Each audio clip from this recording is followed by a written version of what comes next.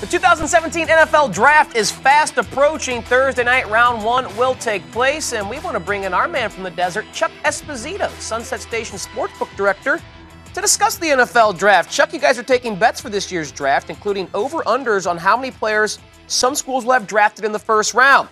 We know Urban Meyer has a football factory there in Columbus, Ohio. How many is the over-under set for Buckeyes drafted in the first round?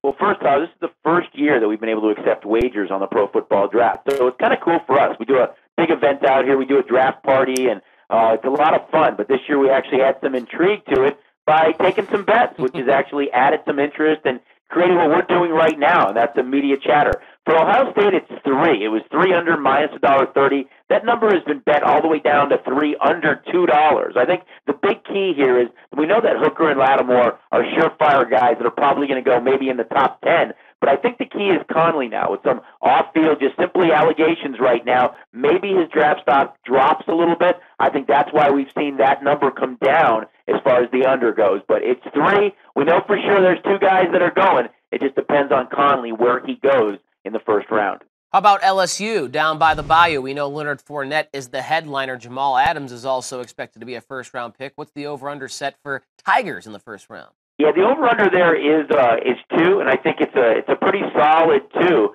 at that point. You look at the top 2 guys with, as you mentioned, Adams and Fournette are definitely going to go early. I think the big key here is Tre'Davious White. He's kind of on that fringe, kind of tail end of the first round, early in the second round. If he can find his way into the first round, over bettors will be pretty happy about that. And we have started to see some over money there because you know for sure that there's 2 guys. And those 2 guys could easily go in the top 10 and probably will. The other guy's kind of a fringe guy, so I think we will continue to see over money on that one.